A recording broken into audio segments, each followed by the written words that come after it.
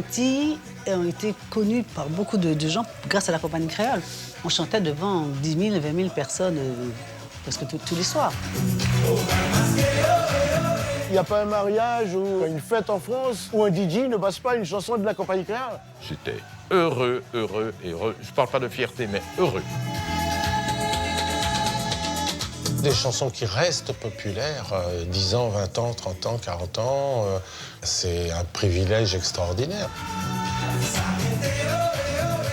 Je pense que les gens, ils s'évadaient.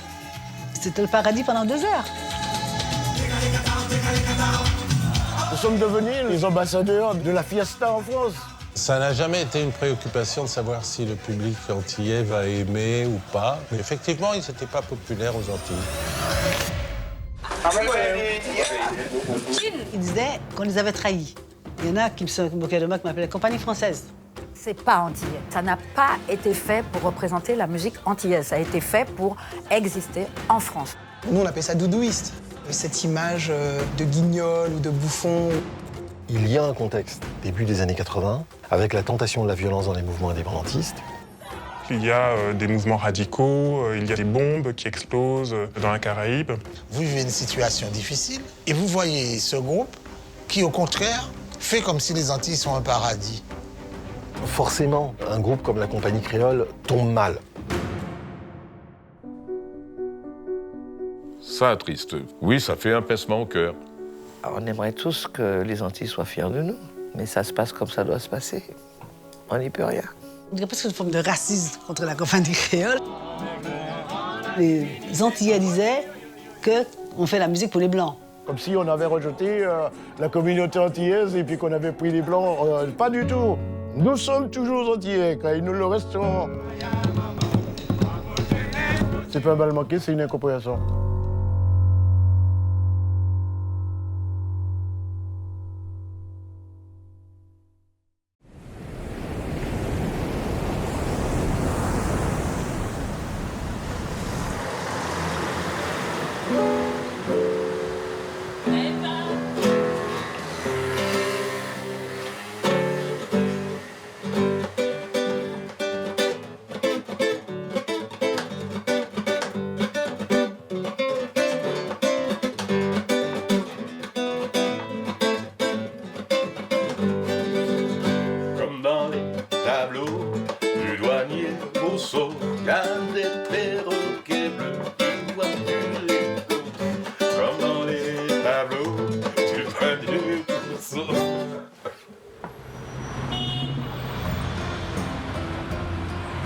Je suis venu à Paris, je devais avoir 12 ans, 13 ans, pour entrer dans une école spécialisée pour les malvoyants.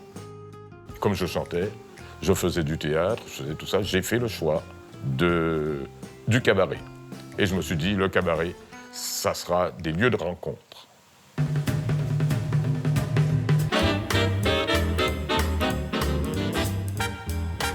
J'ai fait mes études et je chantais parfois. Je n'avais pas du tout l'objectif de faire une carrière de chanter. Je faisais ça pour un dilettante, pour gagner un peu de sous, ça m'amusait. C'est une vie... D'abord, on l'aime ou on l'aime pas. Ça m'est arrivé de faire la manche dans les terrasses de café. Et là c'était hard. À cette époque-là, il y avait beaucoup de cabarets. Quand on arrivait sur la contrescarpe, vers le Panthéon, il y avait tous les groupes brésiliens, c'était le jazz, et c'est ça qui m'a permis d'apprendre et d'écouter des choses que je n'avais jamais entendues. Aux Antilles, on ne peut pas gagner sa vie en faisant de la musique. Les musiciens antillais professionnels sont à 99% ici en France. Ils ont une vie assez intéressante, en fait, comme musiciens. Tous les soirs, on s'éclatait. C'était Paris, à ce moment-là, c'était un volcan de musique. À l'époque des cabarets, il y a quand même quelque chose qui est très important de savoir, c'est que les producteurs de musique venaient dans les cabarets, prendre un verre, un truc comme ça, et puis venaient écouter aussi les talents, parce que c'est là qu'on les trouvait. Un soir, un grand monsieur, un monsieur très haut, très grand, arrive, m'a dit, tiens, j'aimerais qu'on se rencontre. Alors, il me donne un rendez-vous le lendemain. Et donc, je suis allé ce jour-là, à 16h, chez monsieur Daniel Vanguard. Donc j'ai commencé à le voir et puis j'ai dit tiens, écoute, ça t'intéresse? Je voudrais monter un groupe antillais. Il faut une chanteuse et des musiciens. Et il m'a amené la chanteuse un jour chez moi et c'était Clémence. Et alors c'est drôle parce que 25 ans plus tard, elle faisait plus jeune que quand elle est venue, parce qu'elle est venue petite bourgeoise comme ça, avec des cheveux bien arrangés. Et après, Arthur a rencontré les autres garçons et il leur dit « Je connais un producteur, ce serait bien qu'on aille le voir, on pourrait faire un groupe. » J'ai dit à Arthur, on va faire un groupe, mais un groupe pour faire des spectacles, pour faire de la scène, un vrai groupe qui joue. Il me dit, j'imagine un big band créole. C'était à l'époque du Big Bazar et tout ça. Il me dit une grosse, ouais, comme une compagnie. Je dis, ben, je sais pas, une compagnie créole, un truc comme ça. Et c'est ça, la compagnie créole. Quand on est en France et qu'on appelle un groupe la compagnie créole, c'était merveilleux, et puis c'était facile à retenir. Et puis la compagnie créole, ça faisait tout de suite soleil, machin, comme voilà, on a adhéré tout de suite. L'idée du projet que je voulais faire, c'était retrouver les chansons populaires anciennes, classiques, quoi, de la culture antillaise. Donc je suis venu en Guadeloupe avec mon petit magnéto à cassette. Je suis allé parcourir tous les grands fonds Sainte-Anne, toutes les communes, en fait, partout où j'avais de la famille, des aînés. Et je leur ai demandé de me chanter tout ce qu'ils savaient. Et j'ai proposé à Daniel. Donc il a demandé autant aux autres, est-ce que vous avez des chansons de la Martinique, des chansons de la Guyane, etc.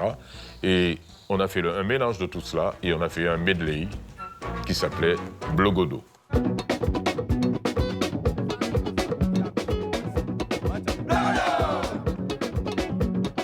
J'étais tout content parce que c'est la première fois qu'on faisait quelque chose pour nous. On avait toujours fait pour les autres. On était tout heureux d'enregistrer un album tout en créole.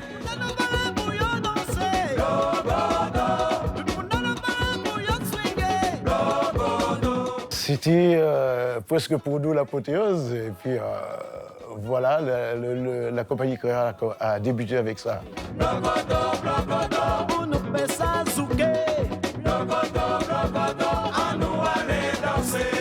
Quand ils font Blogodo, tout le monde est content. Ils passent à la télé et tous les gens aux Antilles sont heureux. Et il y a enfin des Antillais qui passent. Alors Blogodo, c'est qu'en créole. Et donc on se dit, tiens, ah ouais, super. La musique du pays s'entend enfin. Chaque fois qu'il y avait une chose qui mettait en valeur les Antilles un tout petit peu, les Antillais étaient contents. Voilà. Parce que c'était tellement inespéré, c'était tellement inexistant, que dès qu'il y avait une petite pointe de truc, quelle qu'elle soit, on était content.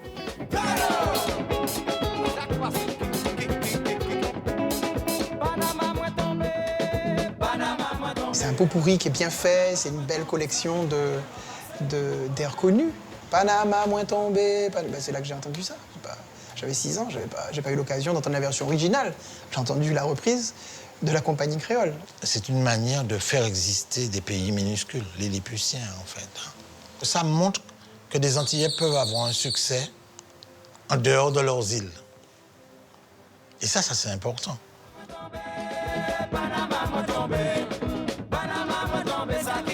C'est un album qui a atterri chez une grande partie des familles aux Antilles. Mais Daniel nous dit, c'est un succès aux Antilles, 90 000 c'est pas mal pour un premier album. Il dit, bon, ben, c'est très bien, vous avez fait un terrible succès avec le tube Blogodo, mais c'est pas assez. Si vous voulez faire une carrière, il faudrait que la langue ne soit pas une barrière, que les gens comprennent ce que vous dites, même si vous chantez en créole, mais il faut aussi s'exprimer en français. Il fallait donner la petite note, la petite note exotique, voilà.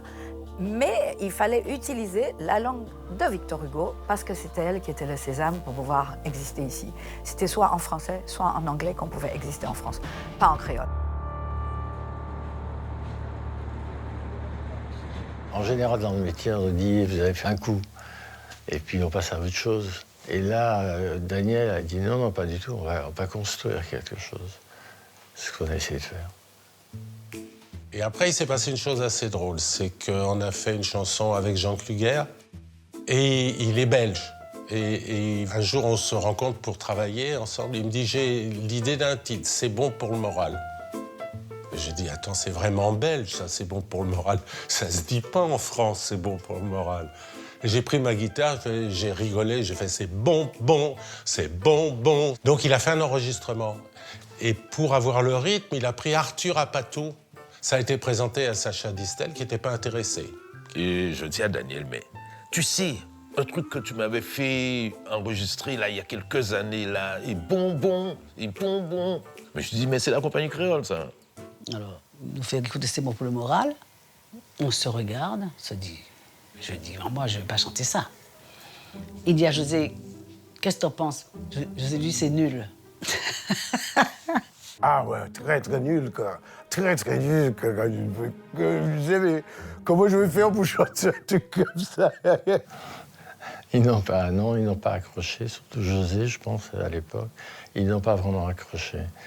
Certains, peut-être, je dis bien peut-être, se sont sentis frustrés de voir qu'on passe comme ça du créole au français. Clémence, je pense qu'elle était bien branchée dans ses chansons créoles, comme José, mais je pensais que moi, la musique n'avait pas de langue. Le fait de chanter en français, ça ouvrait effectivement d'autres perspectives. Et c'est quand on a mis la sauce, on a mis vraiment des rythmiques antillaises derrière, du truc bizarre qu'on avait entendu. Et c'est devenu carrément quelque chose que même nous, on était au tout d'abord quand on revenait. C'est bon, bon. Un petit feu pour démarrer, une caresse pour décoller. Si tu veux te réchauffer, faut savoir bien biguiner. C'est bon pour le moral, c'est bon pour le moral, c'est bon pour le moral, c'est bon pour le moral. On les voit beaucoup à la télé, on les entend beaucoup à la radio. Ça se vend des millions d'exemplaires. Ils sont très contents, c'est super agréable, c'est inespéré d'avoir un succès.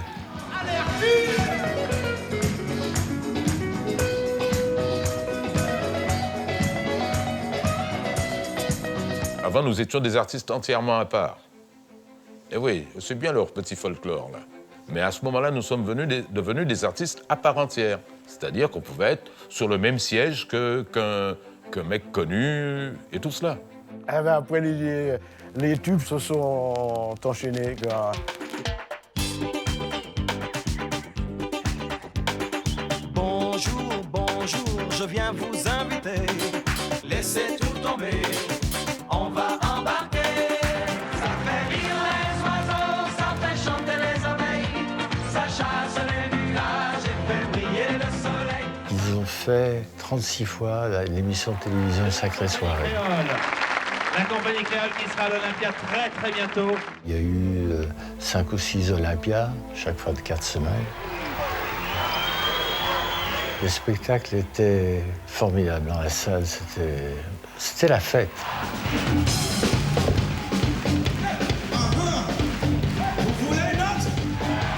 Je pense que les gens, ils s'évadaient.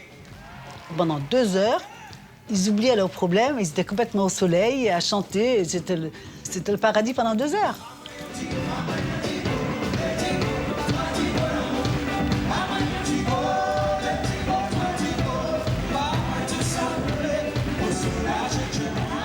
Nous sommes devenus les ambassadeurs de la fiesta en France.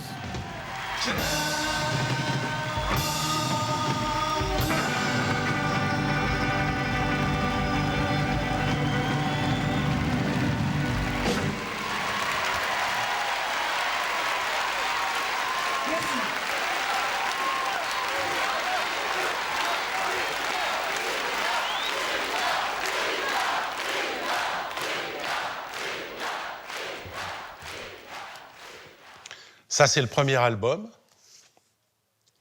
dans lequel il y avait C'est bon pour le moral et Vive le douanier Rousseau. C'est des très bons souvenirs parce que c'est le début de leur grand succès, des chansons. Je trouve Clémence très jolie là-dessus. Elle est complètement antillaise, quoi. C'est la beauté antillaise.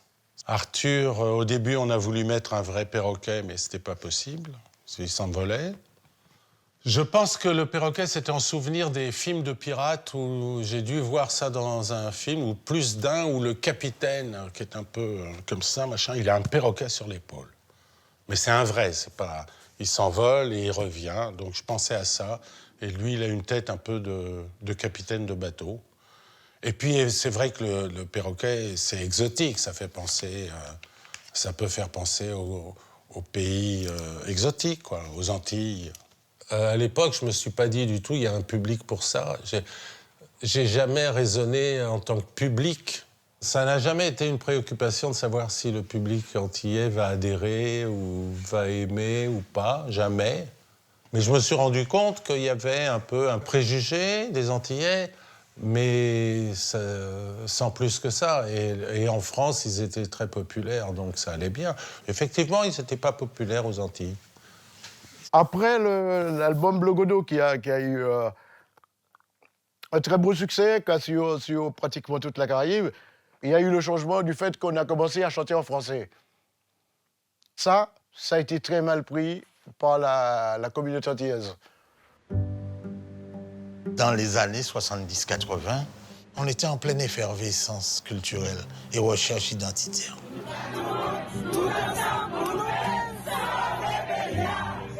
Et la compagnie créole allait à l'encontre de cette recherche identitaire. Il y a des mouvements radicaux, il y a ce qu'on appelle les nuits bleues, des bombes qui explosent dans la Caraïbe. Mai 83, l'Alliance révolutionnaire Caraïbe, qui a succédé au groupe de libération antillais, signe ses premiers attentats.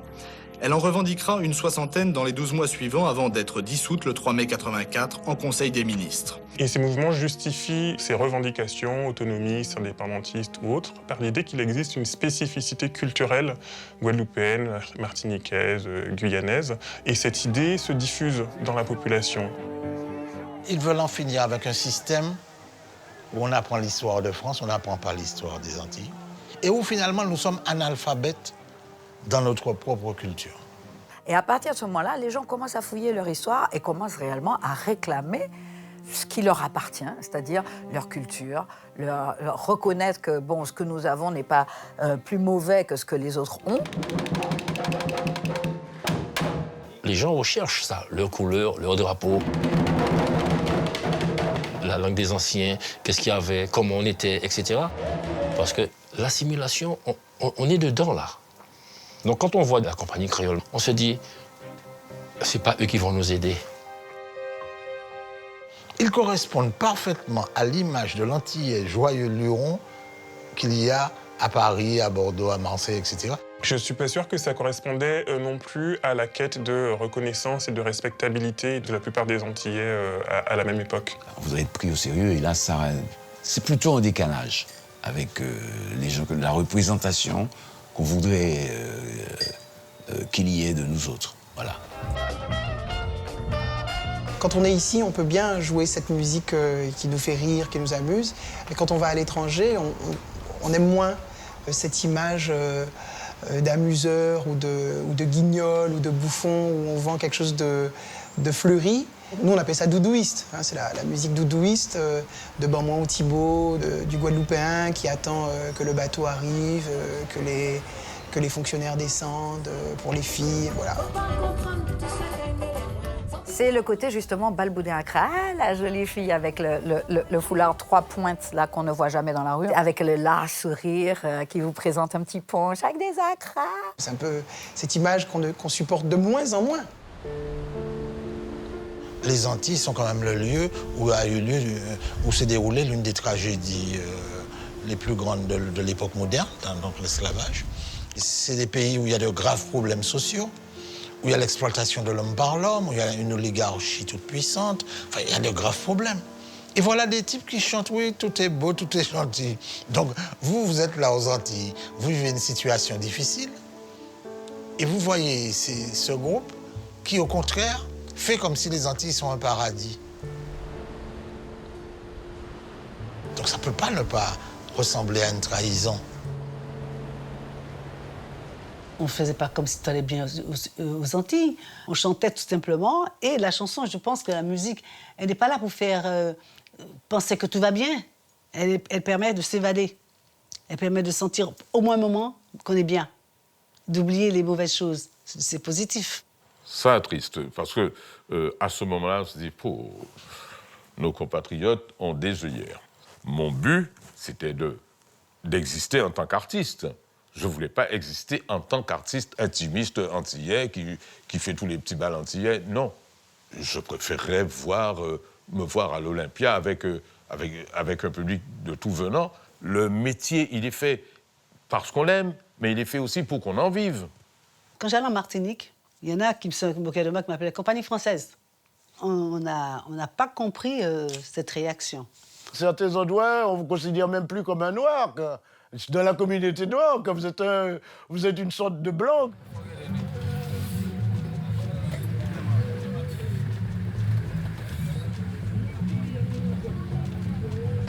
À l'époque où ils ont eu beaucoup de succès, j'ai voulu faire un genre de documentaire ou film sur eux autour des chansons. C'était important d'avoir des clips à cette époque pour avoir des passages. Il y avait des émissions qui ne passaient que des clips. Daniel avait très envie de faire un reportage, donc ils sont partis pendant 15 jours, je crois, ils ont tourné. Je voulais aller faire un truc vraiment sur eux et sur d'où ils venaient. Alors, je suis très content de vous accueillir à Basse-Terre. Je vous présente ma mère. Madame Julien. Clémence. Arthur. Bonjour. Douanier Rousseau.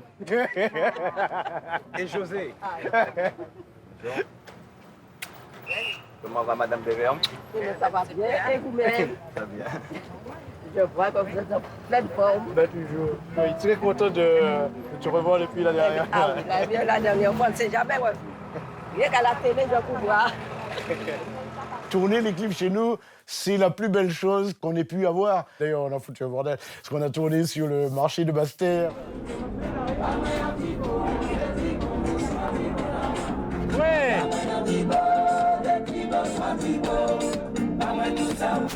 Arthur, la danse.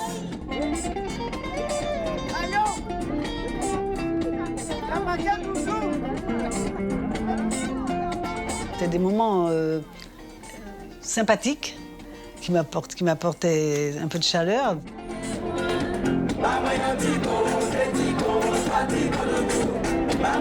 Tout le monde dansait dans le marché quand on a enregistré.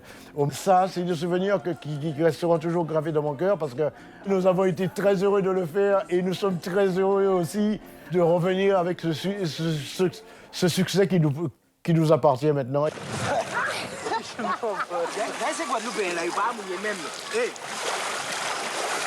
Ça, c'est le fruit à pain. Le fruit à pain. Voilà. Ça, c'est le dachine. Oui, mais Ça met travailler le dachine dans mon assiette, s'il te plaît. Ça, c'est le dachine. je suis juste à côté, hein, Cocotte. Attends, toi, Et ça, c'est l'igname. fais voir l'igname commencer. C'est bon. C'est même bon pour le moral, je veux dire. Oui, un très bon souvenir. Hein. C'était du boulot, mais c'était convivial. Nèg ni mauvais manière. Ah non. Nèg ni mauvais manière. Pas vrai. Nèg ni mauvais manière. En vérité, nèg ni mauvais manière. Ah, pas dit ça. On va pas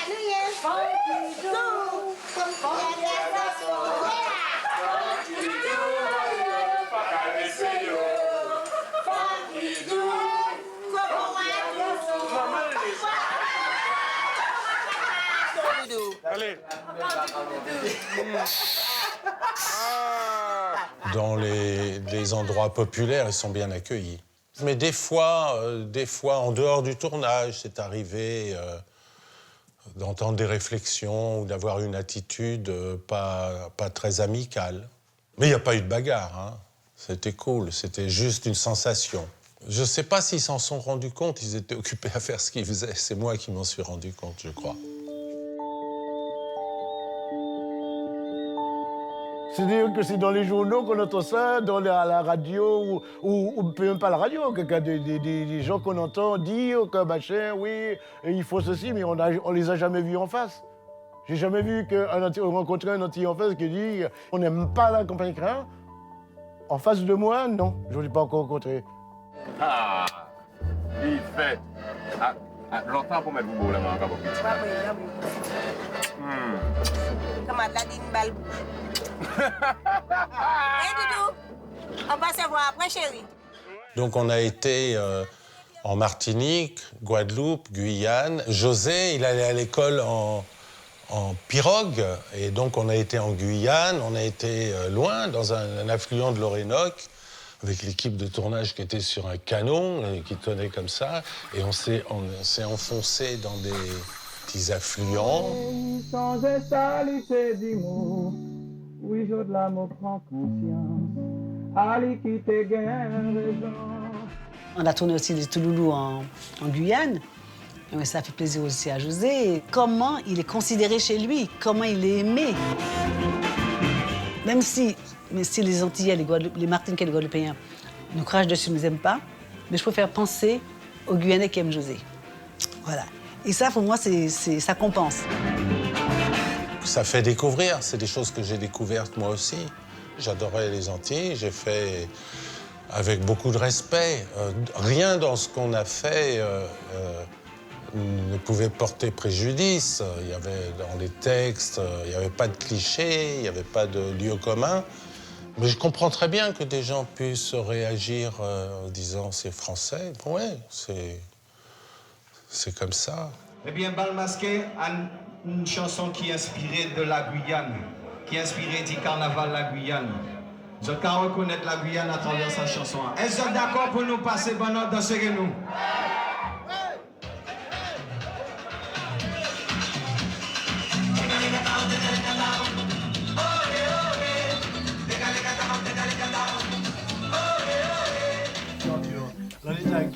Mwenye pantalon là yé. Mwenye pantalon là yé. Mwenye pantalon là yé. Jin. On parle en fait, maman. Aïe aïe aïe. Pantalon ni long, chemise ni long, mwenye yé.